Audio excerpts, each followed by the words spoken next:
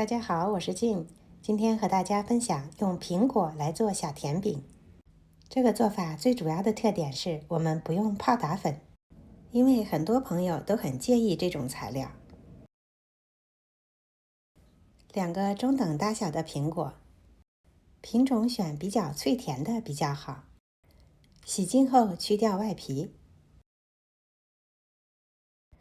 切成小方丁儿，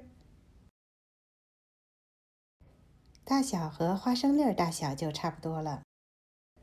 加入1小勺糖，半小勺肉桂粉。肉桂和苹果是非常搭的，满满的秋天的味道。不喜欢的朋友也可以不放。搅拌混合好，放置一边，让它腌制一会儿，味道更浓郁。然后我们来做替代泡打粉的材料：30克温牛奶，加入3克活性干酵母，再加入5克糖。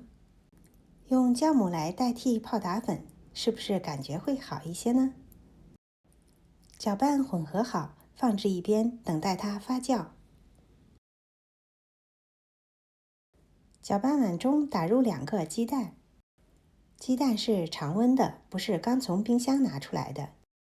加入30克白糖，一点点盐，用电动打蛋器打发鸡蛋，打至蓬松并且颜色发白。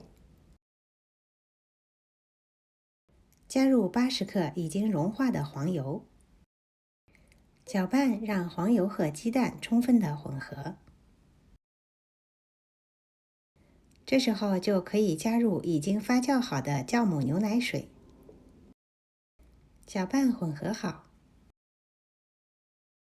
加入面粉材料的一半，大约是120克，大致的混合好。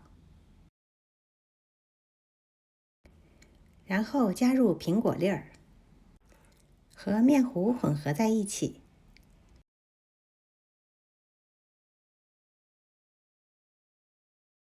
最后加入剩余的面粉，充分的混合均匀。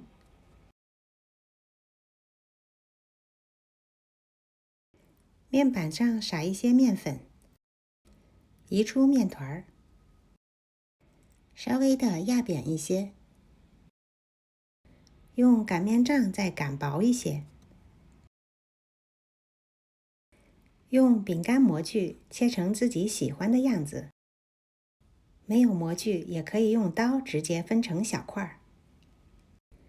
去除边角材料，把切好的饼干生胚直接码在烤盘内，把边角材料混合起来，直接压扁，再次重复上一个动作，直到所有的面团都全部做完。间隔码入烤盘内，做好后就可以直接烤了。烤箱要提前预热好，180度烤15到18分钟，烤到表面微微发黄就可以了。出炉后马上移出烤盘，放在架子上降温。如果喜欢，表面可以撒一些糖粉来做装饰。撒过糖粉的饼干，马上就有了节日的氛围感。配上一杯咖啡或者做下午茶，再好不过了。用酵母粉做的小甜饼，软软暄暄的，每一口都能吃到酸甜的苹果粒儿，加上特有的肉桂香气，让这款饼干别有一番风味儿。